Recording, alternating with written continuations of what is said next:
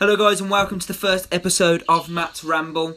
The way this is going to work is we're going to have some guests. It might just be me, maybe some friends. What we'll do is we're just going to ramble about all sorts of different things. The majority of things we'll talk about is problems that our guest has encountered or maybe gone through their lives. And then along that we are going to have a ramble, a bit of a chat about some sports, different things like that, and maybe get some predictions from our guests. Today I do have a very special guest with me. It's one of my very close friends, Josh. Josh, how are you?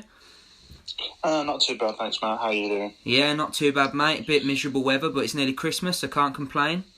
No, exactly. It's been a bit of a rubbish year for everyone, I think, to be honest. But yeah, at the end of the day, there's not a lot we can do, really. No, it looks like it's only getting worse as well. Any plans for Christmas? No, I think I'm going to see my sister Christmas Day, go and have lunch with her, and just that, really. There's not. I hope you're not going to be breaking too many rules, Josh. Not too many rules to be broken. You know, Big Bojo will be after you. Right. No, it's just going to be us, like me, mum, dad, sister, and Sean. Yeah. And that's it, really. Nice. So, what we're going to talk about today is, guys, obviously, me and Josh, we met at the ice rink, which is local to us, as I do play ice hockey, and Josh's dad used to play ice hockey. And he was at the rink at the same time I was. That's how we met. That's the basis of it. Got chatting. We've now been friends for probably almost 10 years now. It's just coming up to 10 years. It'll be 10 years next year. Yeah, so we've known each other quite a while. Now, the reason I've got Josh as we haven't tried to kill each other just yet. Not just yet. That's it. Well, I say that we probably have a few times.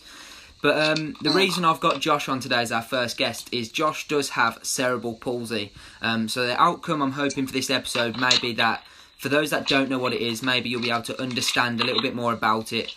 And potentially, if you are someone that suffers with cerebral palsy or someone that suffers with a disability that's similar, it may be something that might help you, and you know you're not on your own, or maybe just some ways you can cope with it. Or if you're someone that's able-bodied, I suppose that's the best way to put it, it may be a better way for you to understand how it works for different people. So Josh, in your own words, or actually in scientific terms, I suppose, what is cerebral palsy? So, first of all, as Matt said, I've got cerebral palsy. It's a condition that can come in either mild or severe forms, with mild just affecting a slight limp on walking or on both sides of the body, but it can also affect the brain. So the way it does that is for an able-bodied person to learn something, it would take them a shorter amount of time than what someone with cerebral palsy would take to learn something. So, for instance, with myself, when I was learning to drive, it took me slightly longer to pass my driving test than what, again, as I said, an able-bodied person may take. But that's just because there was a lot to learn. But once I've learned something, it's then something that does stick with me. So once it's learned, it can stick. But with mine, so it affects both sides of my body, but the effect is more noticeable on the left-hand side of my body. And another thing, it would also mean that you can use up more energy doing certain tasks than what maybe someone else would use. But just because it means that, it doesn't mean you can't do that task. It just makes it slightly harder, if anything. Yeah, so a question obviously I've probably got on that is, like you've just said, it sometimes takes you a little longer to learn certain things where it affects sort of the mental side of it rather than the physical side. Does that frustrate you at all, or is it just something you're completely used to, or is it just, how does that in your head, is it something that's frustrating when you can't get the hang of something straight away, or? I wouldn't say it's frustrating. I think it's just part and parcel of the condition. But there is ways that you can adapt to maybe make something slightly easier to learn, or find ways yourself that you can learn it without having to have too much help from, say, teachers or teaching assistants within school, college, or wherever you are. And maybe if you're in work, write down prompts or things like that to remind you how to do certain tasks, or if you're struggling with something, go write that down and go, okay, this is what I did with this one. What do I need to do for the next bit? And so what would just be find little ways to try and help yourself. Really. What would be an example of that sort of help? What sort of tasks may you finding ways to cope with them? Give a day-to-day sort of example, maybe a task that you come across that sometimes you find it easy if you've got some help, or a certain way you've learnt to do that task. What is there any examples you can think of off the top of your head that sort of occurs day-to-day or weekly, maybe? So back when I used to work at my previous job with Capita, on one of the teams there was certain tasks there that I'd like miss little bits out on. Yeah. So what my manager at the time suggested is make a traffic light system. So green for something you've completed, and then say amber for something you're sort of halfway through but you haven't yet completed, and then red would be for something you haven't started. Is this just for you though, or would that be for the whole entire team? Is that something that was visible to the employer that would say you're still sort of working your way through it, whereas like you've just said, maybe to someone else they'd do it a bit quicker? Is that or was that just for everyone? That was something that was set up for me specifically, just to help me to work through different tasks and sort of have an understanding that, okay, I've done this task, this is what my next task is. And what sort of tasks would they be? So is there any sort of prime example of them sort of tasks? So it might be, when I was working with that team, it would be, say, checking the knowledge sphere articles, which was a knowledge base that was used at the company. I would have to say go through those. So I'd put that in amber to say that I've started it, and then once I've completed it, put it in green, and then at the end of the day, sort of go through the tasks and go, okay, I've completed these tasks. This is what I'll do tomorrow, and this is what I've got for the next couple of days. It was just a way to help me to be able to not necessarily understand it easier, but just find ways of completing tasks more efficiently.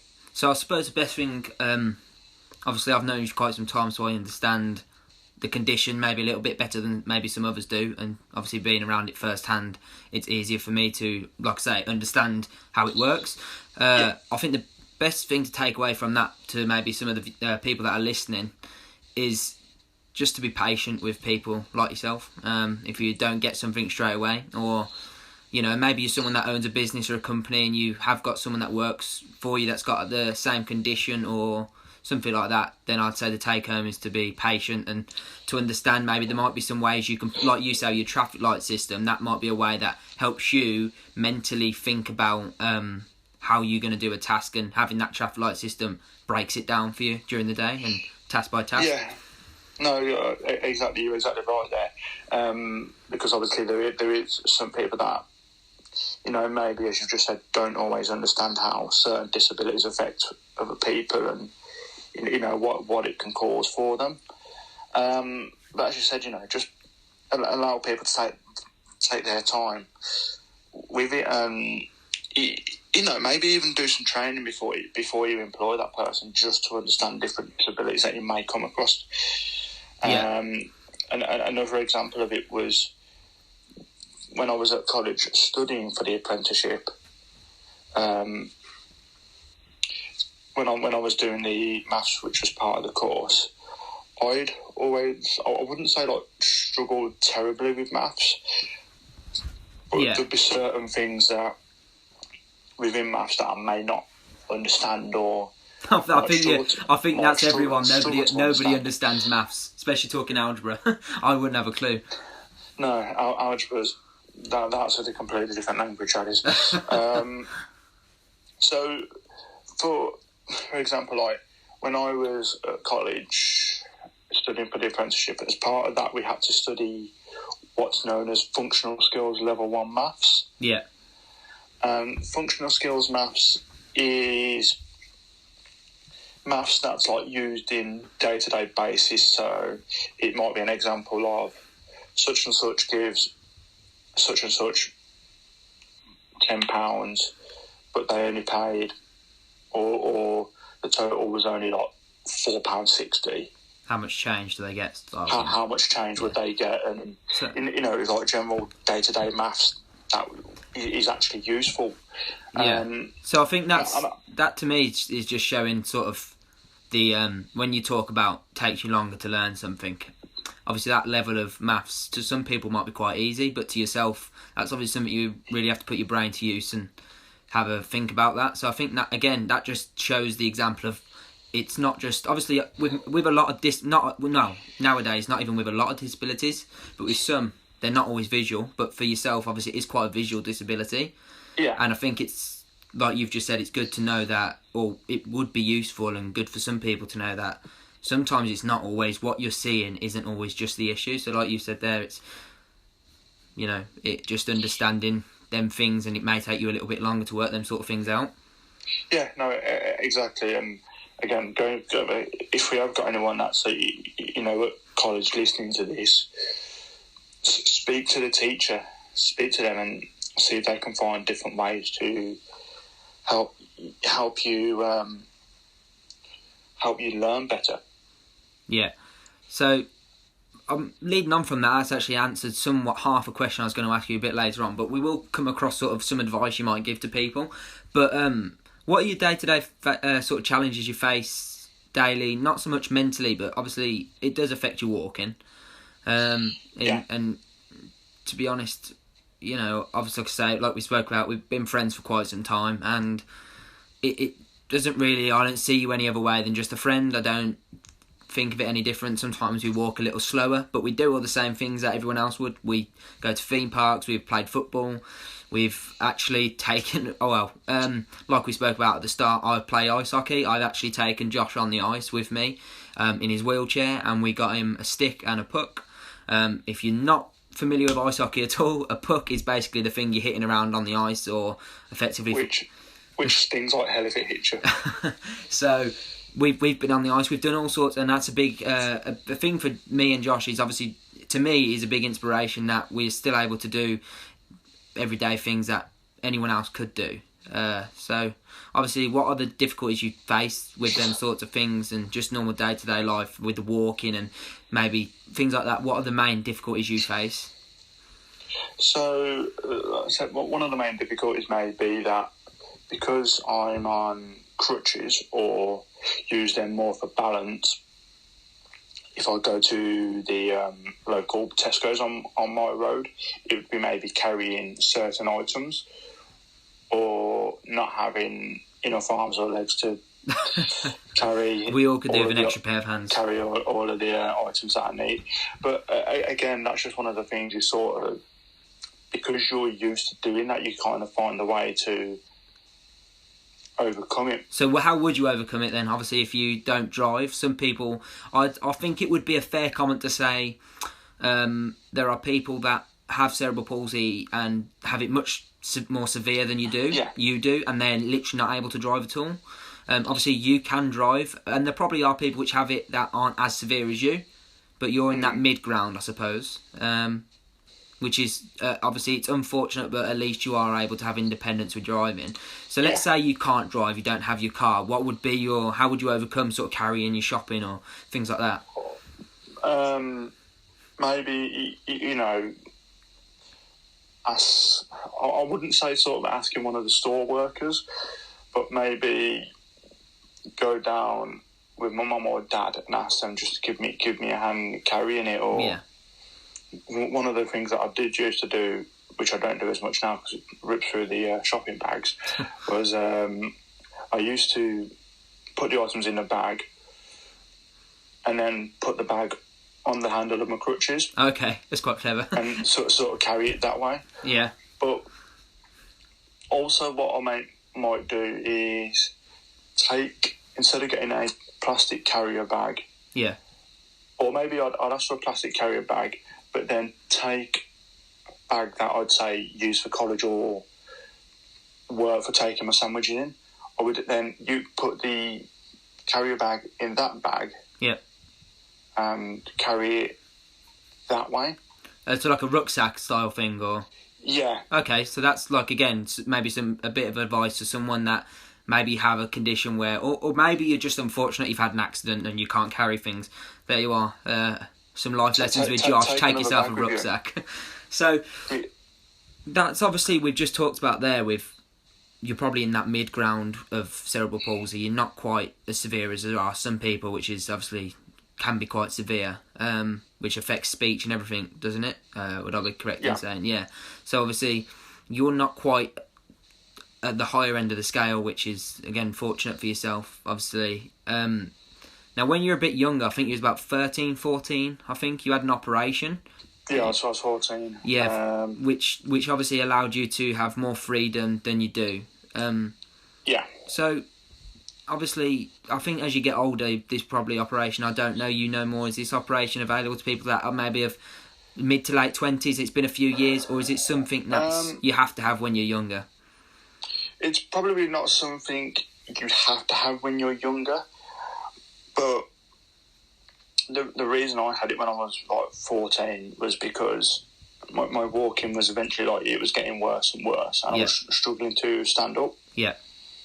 So it was, they used the term that your knees are sinking inwards. Right. Your knees aren't actually sinking as such. It's just a term to say that you're not standing straight. Yeah.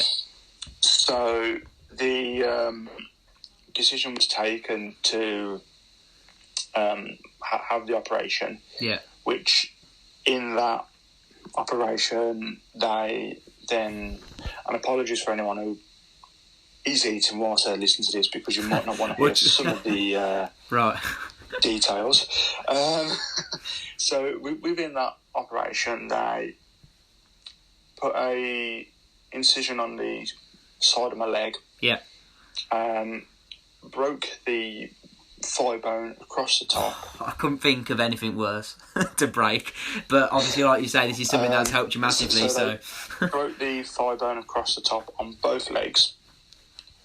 Rotated the thigh bone so it was straight, and then also in the same operation, I had my hamstrings lengthened. Okay. Calf muscles lengthened, and reconstruction work on both of my feet because of the way I was walking. Yeah. My arches weren't quite right. Okay. So I sort of built the arches up and did some work there, and then it was just from then on, from about 5, 6 days after the operation, I was back. It wasn't like upstanding kind of thing, but I was standing with an aid, so like a Zimmer frame or crutches or whatever. From then on, it was like light movements on the legs to try and just wake them up a bit and get them moving again. Really, just to start the rehab process off. Yeah. Oh, so like, would you advise if somebody could be offered to have this similar surgery, maybe they'd had a similar outcome where it was getting worse to walk, and they said, "Oh, we could do this surgery," you'd definitely advise for someone to have it if they needed it, or it's helped you a lot? Yeah, because if I didn't have this operation, then I'd be sat in a wheelchair, no doubt about it. And again, as Matt said, if there's anyone who's listening to this that is struggling and has got the same condition as me, and this is offered, take it, because it will help you. But another way you can sort of help yourself is maybe when you get up, even if it's just like 10, 15 minutes in the morning, do your stretches, do your physio, and that will also help. Yeah. Because I've now got into the habit. It was just something I started doing because it sort of makes me feel a bit more, not so much confident, but just feel a bit more ready for the day. Even before I go to bed, I'll do like 5-10 minutes of stretching just to stretch out my hamstrings and like thigh and calf muscles, really, just so I don't stiffen up too much, because it would get to the point that if I didn't sort of do that, then again I'd start struggling with my walking. So it's like I say, that's great advice to someone that potentially is maybe going through the same. I say going through, it's something you was born with. Most people that have it, obviously it's not something you develop, it's something you're born with.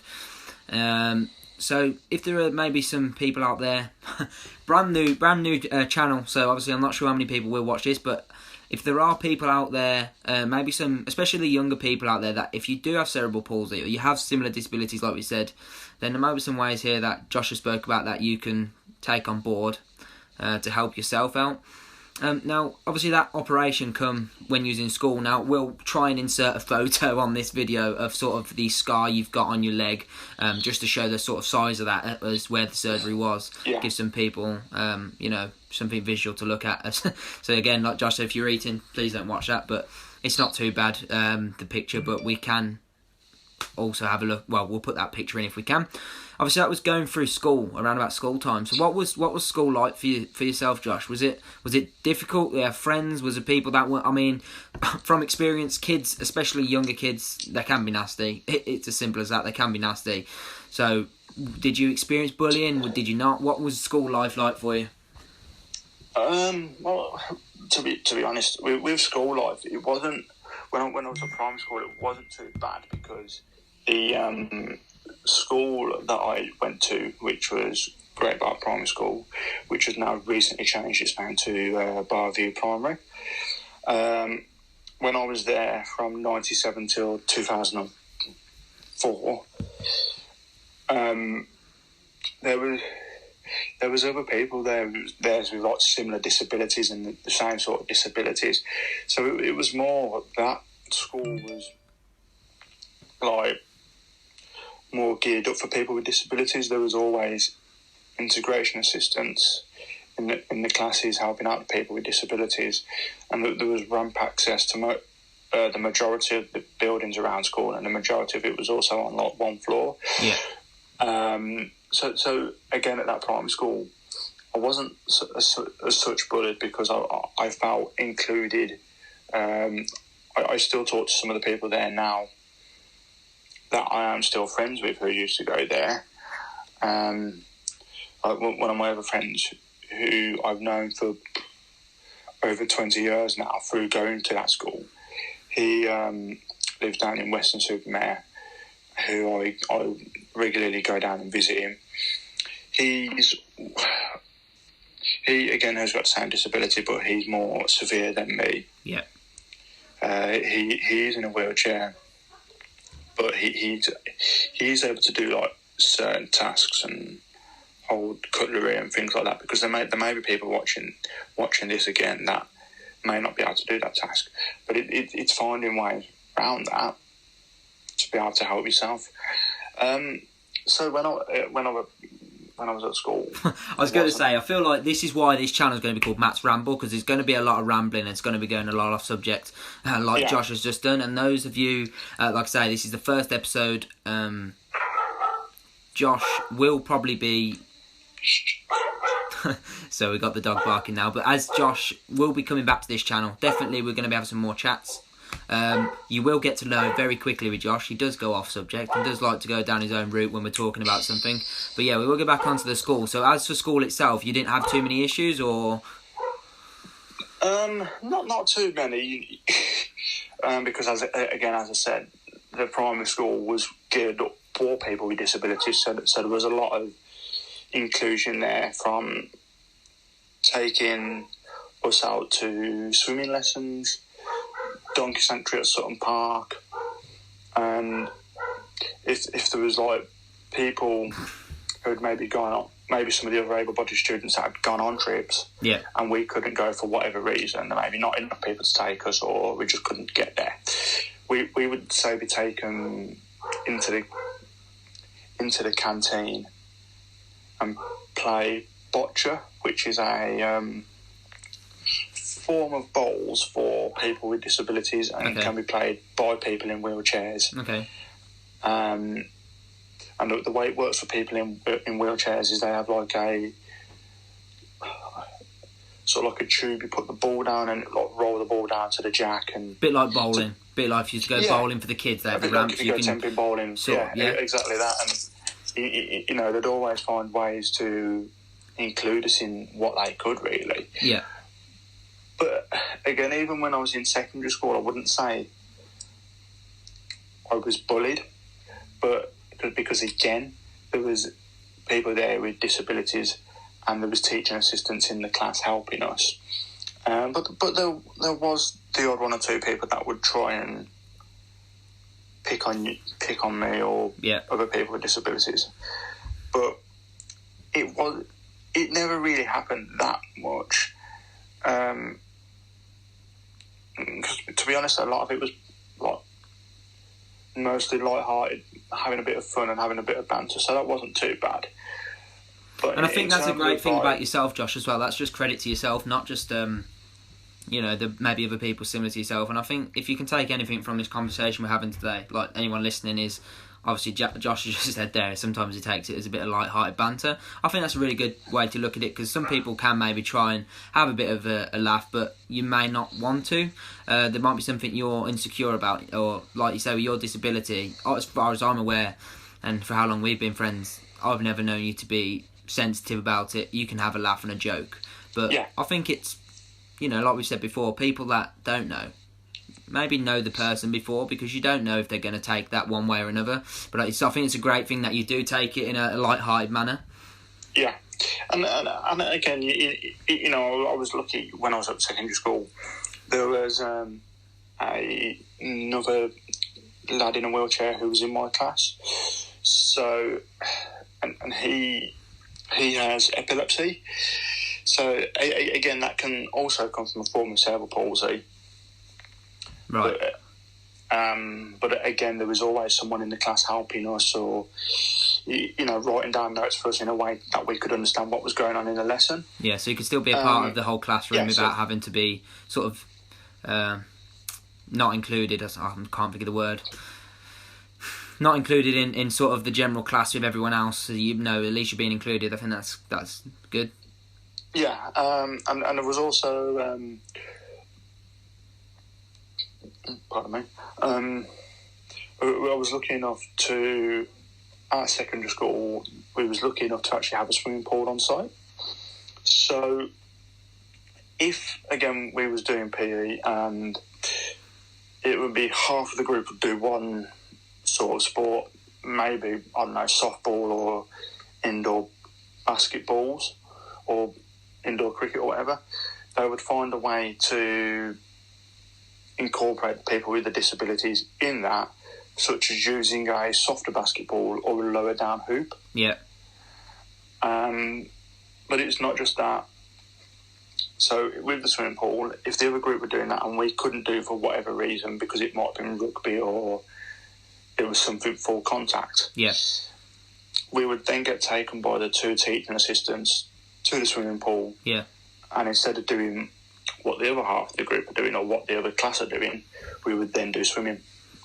You know, just to keep us involved in doing the physical education and things like that. So you, like you say, that's good that you still was involved in everything that everyone else could do, and I think that's really great. Obviously, the one thing which does stick out to me, like I touched on there with bullying, you say it didn't really happen, and if it did, maybe you took it as light-hearted banter, and that's really good. But the one thing which sticks out for me is me and Josh, every year we try and make an annual trip to a theme park. We usually do Fort Park or Alton Towers. That's where we go, try and make the most of our days.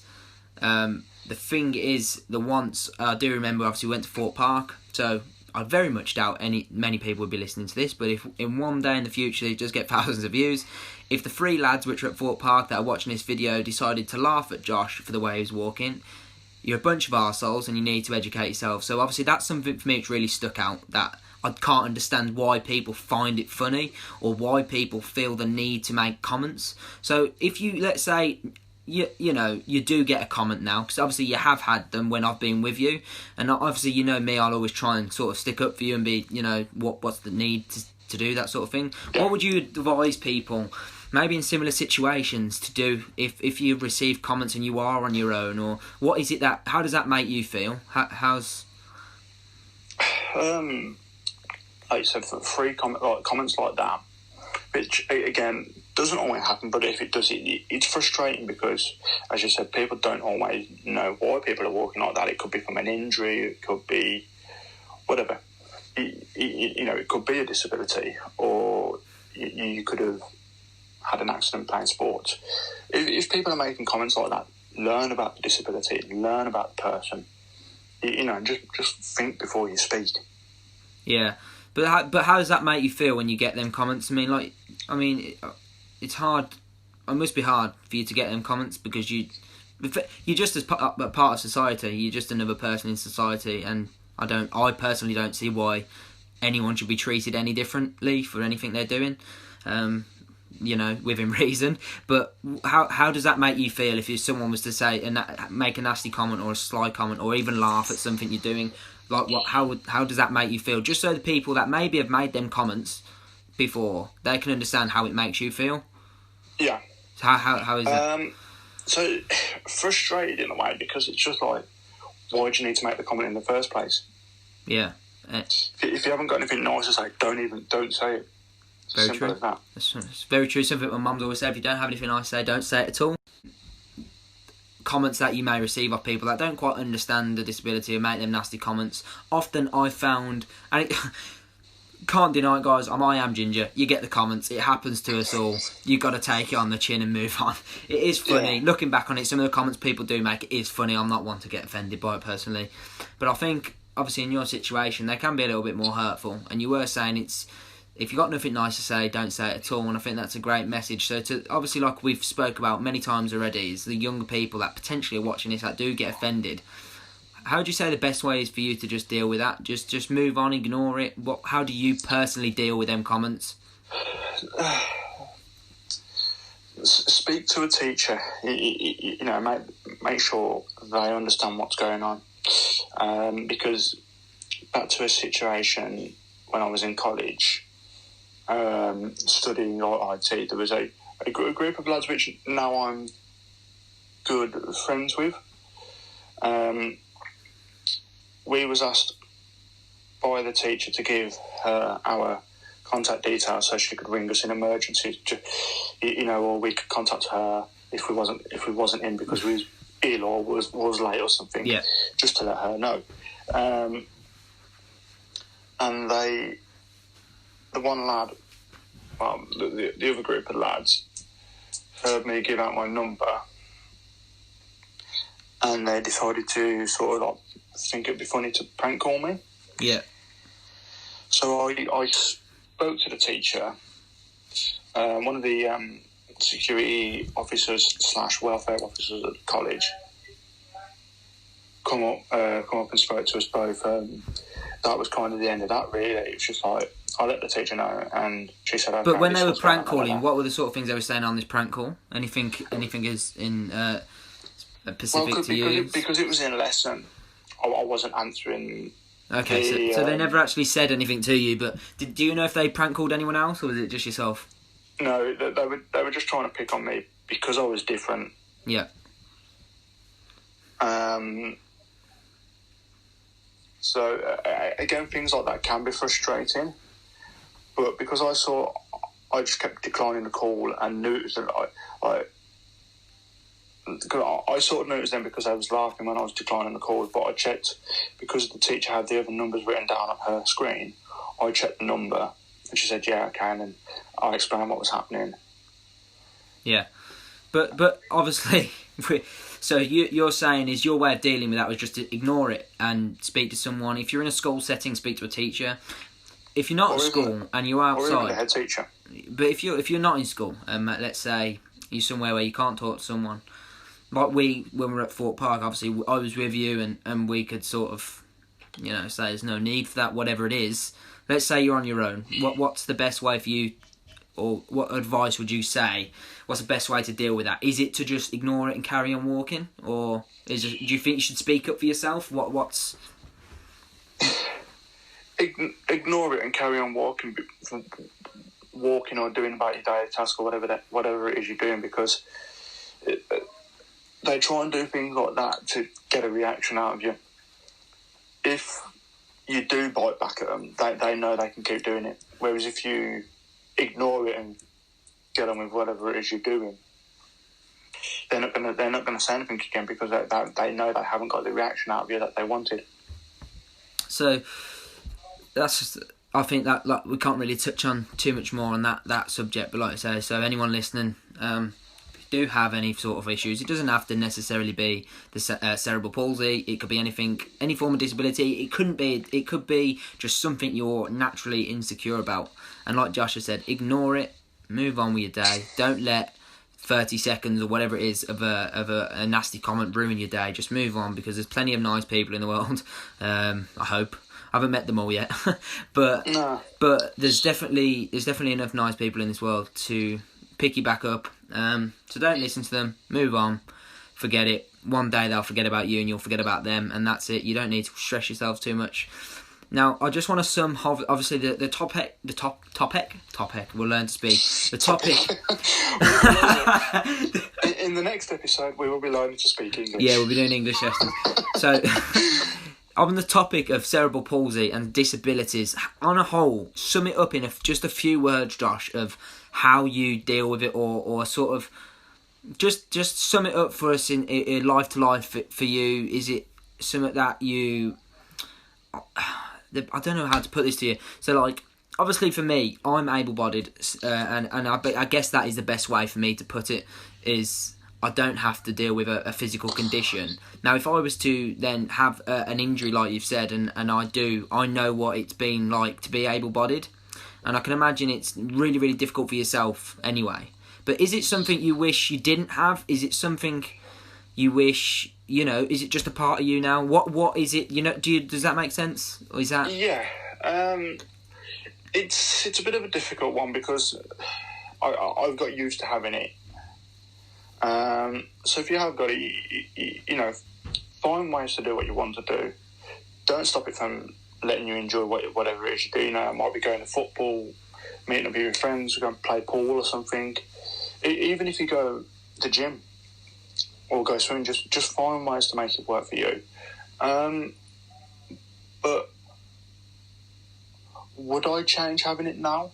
Probably not, because I've met lots of different people. I wouldn't say lots of different people, but I've met people that have got similar disabilities to me, so we're able to talk about it. So you're proud of being in that sort of social group, I suppose, where you can relate to each other, and you're proud of that, and I think that's good. It's good to be proud of who you are. Yeah, completely, definitely, because, as you said, maybe if I didn't have it, maybe I might have met some different people, but now, because you get used to having it, there's always going to be people that you meet, and it may be that you meet that one person that you really get on with, and that they may know about disabilities because they may have a relative that's got a disability or things like that, really. So, again, I think that we can sum that up with that topic. I'll get it right this time. Is for those of you that do have a disability, again, we've said it before, or just some conditions that maybe you are a little bit different, be proud of it. Don't let people get you down. If they do, move on through it. If you're in school environment, talk up to those around you, sort of teachers, people like that. Talk up to them. Right, Josh. Talking about nasty comments. Obviously, we spoke a little bit about some comments you may have received with your disability, things like that. But we'll move on to sport. Obviously, sport involves a lot of nasty comments, especially in football. We're both football fans. Doubt anyone from the States is going to be listening, but if you are, we're about soccer. It's not soccer, it's football, okay? So we don't refer to it as soccer. It's just football. So we'll start off with Josh. Obviously, who do you support? I'm a Villa fan. Have been since I was about 3-4 years old. And when did you have your... well, obviously, I know you're a season ticket holder for the Villa, so how long have you had one? How long have you had a season ticket for? First season ticket was 2005-2006 season, so I've had one for the best part of 15 years. No, right. Well, there you are. So I am a... That's fine. Fortunately, you're not going to be able to see on camera, but that is why I'm partly going ground the sides. Well, yeah, when you support a team like the Villa, I can imagine that's why you do go ground the sides.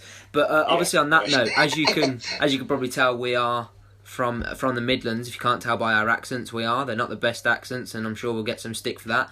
But I don't support a Midlands club. I am a Manchester City fan. Have been since roughly the same time that Josh started watching the Villa, so around about 2004, 2005. That's from the first Man City shirt I ever had. And that's I've been supporting them ever since. I follow them because of my dad. Dad's side of the family is from Manchester. I'm not a glory hunter, although I'm sure a lot of people will give me some... Someone's going to try and say that. Someone will, yeah, and I'll take it on the chin. But anyway, we'll talk about football. Talk a little bit about the Villa, Josh. Obviously, you're doing pretty well this year so far, off the back of a shaky season. And from my opinion, I'll get some stick now off some Villa fans.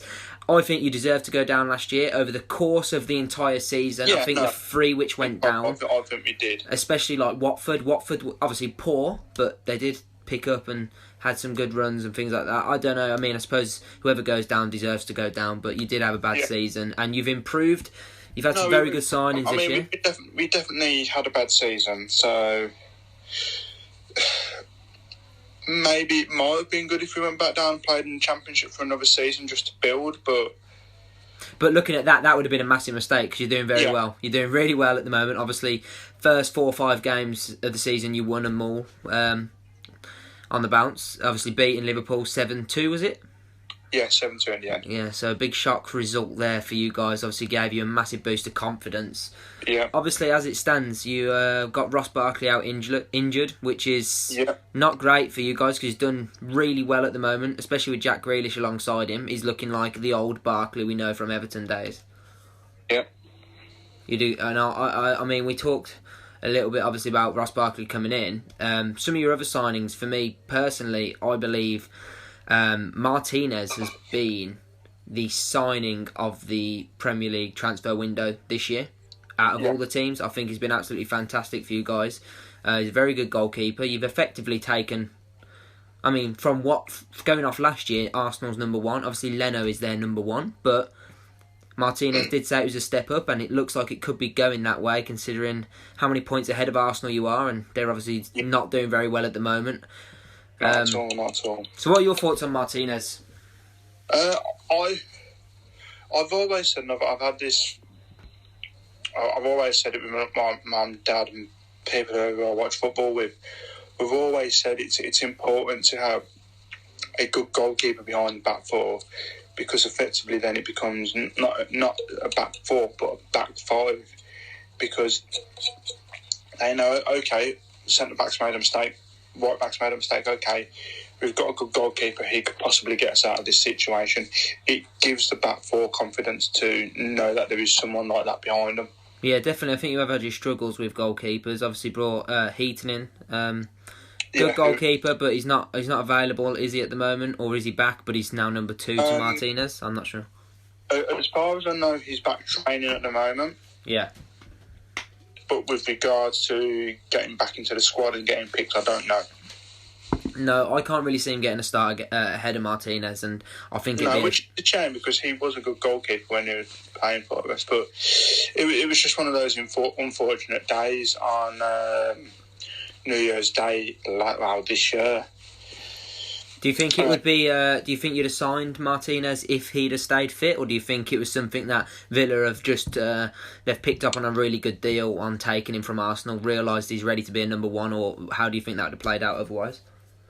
I possibly think that if Heaton would have stayed fit, then maybe we would not sign Martinez. But as you said, you picked up on it. You know, he's probably the best goalkeeper that we've I've seen play at the Villa. I mean, there's been other good goalkeepers like Brad Goose and Brad Friedel. And I was going to say, didn't you have Brad Friedel in for a bit? He was obviously towards the back end of his career when he was at the Villa. Yeah. Another very good goalkeeper. But away from the Villa, well, we'll stick with the subject of Villa, but we'll more talk about signings. Obviously, like I said, I'm a Manchester City fan. Now, there are some cracks showing over the last year or two with us guys, and a big problem we've had is obviously our back four, especially last year. We've been horrendous. But we've brought Nathan Ake in, Ruben Diaz, and John Stones is back fit again. Now, I think John Stones has still got something to prove. I think he is one of England's best centre-backs when he's fit, playing well, got that confidence. And alongside Ruben Diaz, he's looked really good so far. I'm not sure how much you've watched the City this year, Josh, but I think he's been absolutely fantastic, made an instant impact. Similar to what Virgil van Dijk's done for Liverpool, but obviously going to be biased here. I don't think it's going to get spoke about in the same light that Van Dijk does, but he has had the same effect at City so far. No, I don't think it will, and I think that's... Is it because Liverpool won the league, or people are just picking up on different defenders? But unfortunately, I haven't really watched Man City this season. I don't know whether it's just I haven't had time, or I've been watching my friends play football, or just, maybe been watching the Formula One or something and not had a chance to watch the games. But as you said, having a solid back four helps a heck of a lot to keep out shots and keep clean sheets and whatnot. Yeah, so there's obviously certain cracks still. I think our left back is a massive issue for us at the moment still. We've got Benjamin Mendy. Obviously this isn't going to be on a video, but it will be eventually, and you guys will see listening. I do have a signed Ben Mendy shirt behind me, but unfortunately I think his days are numbered. His days are numbered at Manchester City, and I can't see him being a starter for us in the future. I think selling Angelino has been somewhat of a mistake. He wasn't really given enough of a chance to prove himself at Man City. Zinchenko, again, fantastic player he has been for us, but he's not really the standard or the quality that we probably need. Personally, I'd like to see us sign Theo Hernandez from AC Milan. Young, quick, scores goals, assists. Looks like a really, really promising left-back, someone we should sign. Is there anyone for the Villa you think you need to strengthen? Any players you'd like to bring in or offload? I know... I don't know how much of this to take or believe or what, but I saw something a few weeks ago. It was on social media, so as again I say, do I believe or do I not? Currently, we're in talks again to sign Milot Rashica from Werder Bremen. Okay. He's another attacking midfielder. So just to give us a bit more extra cover, I think, if he didn't get Barkley or possibly whatnot. I think Barkley would be the option to sign if Chelsea will let him go. Proven with the short, or the small amount of games, should I say, he's had for the Villa. Obviously, the impact has been pretty instant. I just think back to the Liverpool game, and Barkley and Grealish were running the show. There was no two ways about it. They were running that show. They definitely were. Don't get me. Geez, that was probably the best game I've seen Grealish and Barkley play together. But so I'm not sure if maybe an attacking midfield is something the Villa need. Maybe it's, again, you got Louise, you got McGinn, you got some, probably a pretty solid midfield. I mean, going forward, still in that striker position. Watkins has come in. Maybe you need a number 2 to Watkins. Yeah. Maybe. Because Wesley's still out injured, but he should be back in about January, February time. But he's not proven, is he, Josh? I wouldn't have said Wesley's been a proven striker for the Villa. No, but again, it was unfortunate on New Year's Day this year to pick up the same injury as Tom Heaton in the same game. Yeah. Which was a shame, because before that injury, he was starting to show what he could do. He wasn't much a goal-scoring striker, but he was the sort of striker that would, hold up the play and allow the other strike. I'm sorry, I'm going to have to just butt in with you there, but not much of a goal-scoring striker. Just reminds me of something Harry Redknapp said when he signed a player once, and he obviously come out and said that he asked for a bonus if he got so many goals, and Harry Redknapp said, "What do you think we're paying for in the first place? Obviously with your wages." And I think you've hit the nail on the head. If you're going to have a striker, surely you want him to score goals, regardless. If you're going to have a hold-up play, then maybe that's your attacking midfielder or a centre-forward more, rather than a striker. I don't know, but I would personally say offload Wesley at the Villa, get someone in that can score goals when he comes in. Obviously not on the same stature, but if you look at Giroud at Chelsea, every time he comes off the bench, or obviously I think he's massively underrated, Giroud, and personally I'd have him at City to sit on the bench and come on. just because his track record of scoring goals. And I think obviously not at that same level, but maybe you need someone like that who can come off the bench and get you a goal in them last 9 minutes, things like that. I'm not sure. Completely, because that again, it helps the club as well, getting the vital goals when we need them. I mean, not that we're struggling at the moment this year, but anything can happen. It's the Premier League, we could be playing well now and then all of a sudden it could go completely wrong in January, February time. Absolutely. And just to clear that up for if any Manchester City fans are watching this, I'm not saying I want to sign Giroud. I'm saying if he could have the same impact at City to come off the bench and score goals, happy days. Obviously, there's more options there other than Giroud, but like I say, I think he's massively underrated, and he could be a starter for a lot of clubs. Maybe even someone like the Villa. He is getting older. Barkley's gone. Martinez has gone. There's nothing to say Giroud couldn't go to the Villa one day. No, exactly. But as you said, it could happen, but maybe not. Maybe we do look for another striker in January, but it's just, I guess at the time, it's just what the team want, really, and the management want. And again, you're showing signs of not slowing down. You're showing signs of scoring goals. It's not like you need another goal scorer. It's not desperate, is it? Obviously, at City, I think we do need a goal scorer. Aguero's getting older still.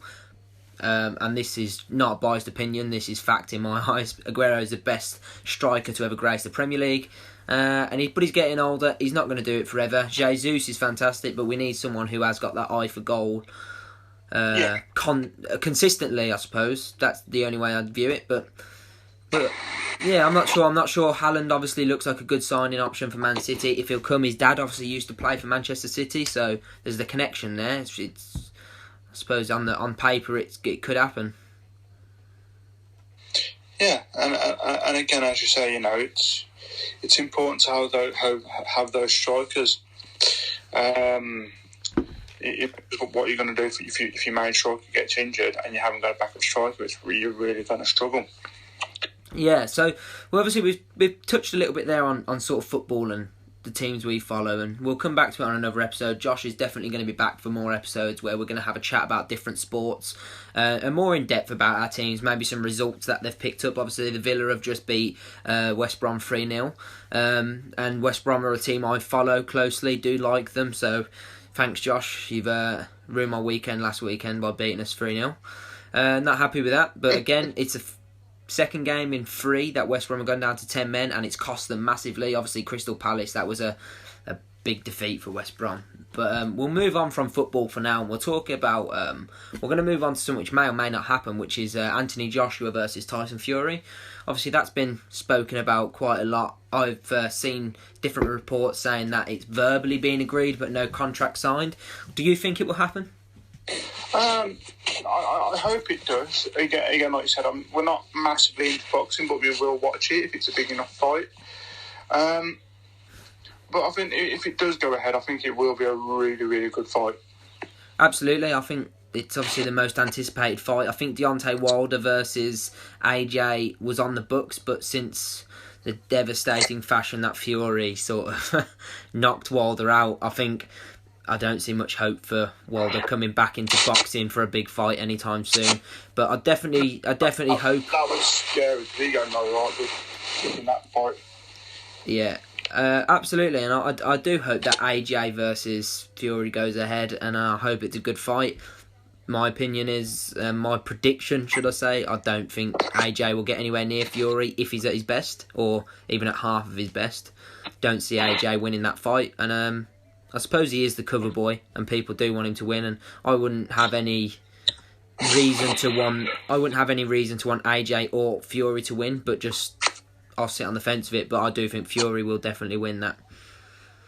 Yeah, and I think, as we said yesterday before we cut the episode, again, as much as I'd want to see AJ win it, I can't see anything other than Tyson Fury winning because he's so strong when he's on his game. Yeah, he's definitely the way he moves for a 6'7" giant. He definitely does. 6'9". 6'9", sorry. Well, there you are, even bigger. But someone that's going to float like a butterfly and sting like a bee, quite literally. Yeah, he's proven that height is actually quite terrifying. Yeah, as obviously the great Ali said. But again, we'll see if it happens or doesn't happen. We don't know, but I hope it does, and it'll be an interesting fight, I suppose. If any boxing fans were to listen to this, we're not. I suppose what's the word? We're not crazy on boxing, as you can tell. We're casual, pretty much, I suppose you'd say, we're casual fans. Watch it if there's big fights on, and if the fight's interesting enough, we'll stick it on and watch it, and obviously show some interest. And we know a little bit about it, but we're not experts in the field. And if you guys are going to be watching that fight, if it happens, drop your comments below. Tell us who you think are going to win that fight if it happens. And we both saying Tyson Fury is going to win that. Now, Josh, we're going to just skip back to the football slightly. Is obviously being a Villa fan, could you give me your best Villa moment in the 15 years of being a season ticket holder? Championship playoff winners in 2019. Against Derby County. Obviously looked favourites to win that game for the full 90 minutes. Don't think you ever looked in doubt, I do remember.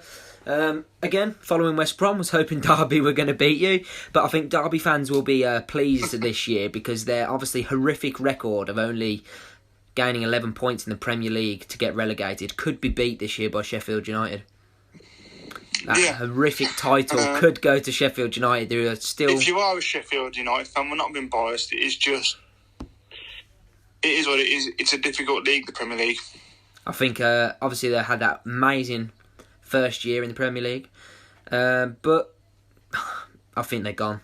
I don't think there's any way they're gonna have to do a Leicester when the year before they won the league and they went off. I think it was like 10 games on the trot they won. And I really do think they're going to have something special like that to get themselves out of the position they're in. Is it one or 2 points they're now on? Is it two? 14 games. Yeah, and they put the point up against Brighton, I believe. So it's 2 points they're on. 2 points halfway through. Yeah, but in that there's 12 losses as well, which isn't great. Isn't great. I don't think that's great at all. But interesting fact here, and I'm sorry, Arsenal fans. Arsenal are the only other team who have lost. Have lost the second most amount of games. I think, or it was when I last checked. So Arsenal obviously are in Shit's Creek as well, and I don't think they'll go down. But I did see something saying they were inserting clauses into players' contracts to. Basically, I don't know what the clauses were, but if they get relegated, there'd be something in their contracts to support whatever they do in their movements. But I can't see that happening. I like Arteta. I think he's a good manager. I don't think he's being backed 100%. But obviously, we're not going to talk about every team in the Premier League today. That we'll leave that for another episode. I'm going to wrap it up there. It's been a great first podcast. Yeah. Obviously, first episode. Talking about your disability, talked a little bit about football. We will be back with more episodes talking a little bit more about different subjects, different things like that. But on that subject, if you want to subscribe, please do. Drop a like, drop comments down below. Drop us a comment on who you think will win AJ versus Fury if it happens. Who do you support in the football? If you have a disability, let us know. Tell us your experiences. If you want to find me on Twitter or on Twitch, it will be just MattsRamble, the same as on the YouTube channel.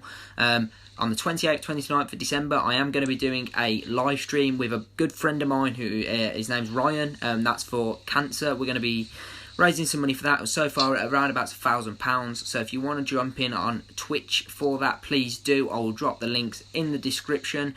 Josh, do you want any of the viewers to find you anywhere? Again, you can find me on Instagram and Twitter. My Twitter handle is @Josh_PO_11. My Instagram is JoshPO93. Again, if anyone's got any disabilities and they find me on Instagram, drop me a message. I'll try and help you as much as I can. So great, there we are, guys. I'll drop them handles down in the description, and that's it for today.